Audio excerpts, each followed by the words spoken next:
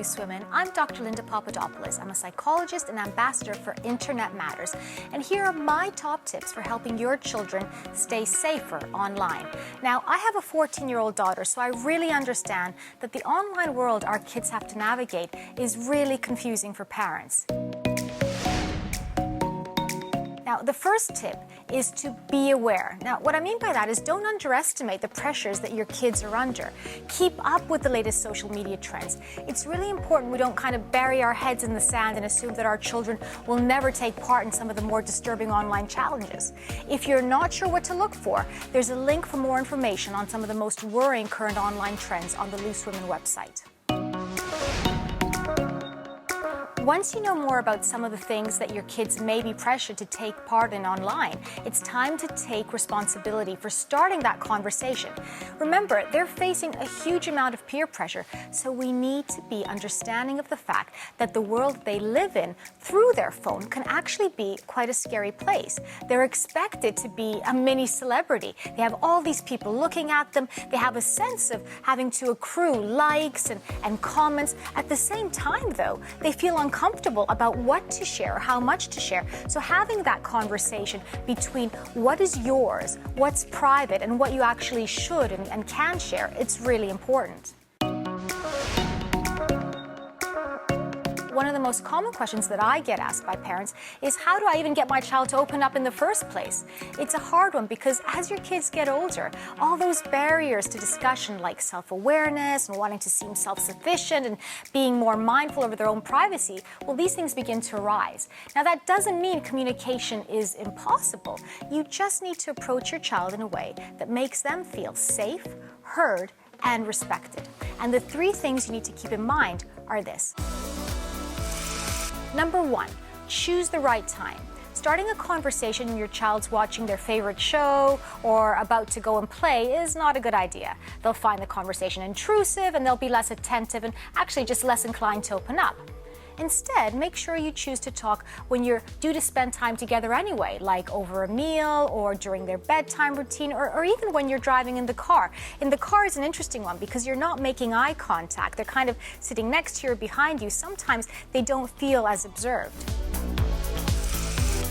Ask open-ended questions. If you ask your child how their day at school was, the likely response will be, fine, okay. The truth is that unless something out of the ordinary happened, your child won't feel that they have too much to share.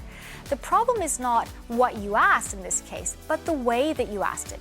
Questions that are closed, what I mean by that is that questions can be answered with a one-word answer, aren't really great discussion starters. So get into the habit of asking more open-ended questions. Something like, hey, so what was the best thing and the worst thing about your day today? This will focus your child's mind and it'll elicit a more thoughtful, meaningful response. Don't force a conversation and really listen. Conversations work best when they feel natural, so ensure that your child feels listened to rather than cornered. What you need to do is create a safe space for your child and ensure that you listen with the intent to understand. I think the mistake that many parents make is that they listen with the intent to respond, but your goal should actually be to listen more than you speak. So, what do you do if you think your child is being cyberbullied? Well, in the first instance, talk and listen. I think it's important to speak to kids about online relationships right away. And in the same way that you talk to your child about bullying, aim to resolve things together. If things escalate, speak to the school and the other child's parents. Do the same thing with cyberbullying as you would do with face-to-face bullying. Now, here's an interesting thing. Because the phone seems to be the problem, it might feel like the right thing to do is just to take their phone away. But often, this is one of the worst things that you can do. We actually know that one of the reasons kids don't open up is that they think, oh, I'm afraid if I tell I'm being bullied, you'll take my phone away. So kids actually worry about opening up. They're afraid of what you'll do. So it's important that you ensure you're going to work with them. Give them support around how much they engage with social media. Yes, monitor it and discuss it, but understand it's a part of their lives. Your child may be very hurt because they've had a hashtag named about them, or someone sending pictures where they've been made to look funny or to be made fun of.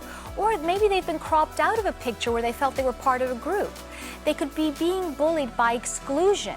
So if someone says, oh, we're all going here and to this party, and you're not, there's a lot of nuanced, subtle ways, and being able to understand how it's affecting your child and to relay that to another parent and in turn their child is really important. Talk to your child about cyberbullying early. In fact, the sooner the better. As soon as you're even contemplating getting them a phone, that's when to do it. And finally, when you talk to your child about their social media activity, one of the things to discuss is to remind them of the possible consequences of what they post online, so they can really learn to think before they post. My daughter is 14 now. I remember buying her first phone, and one of the rules that we always had was, if you're not happy to wear it on a t-shirt, don't put it online. I really hope you found all this stuff useful, and for more advice, there's a lot of helpful information on the Loose Women website.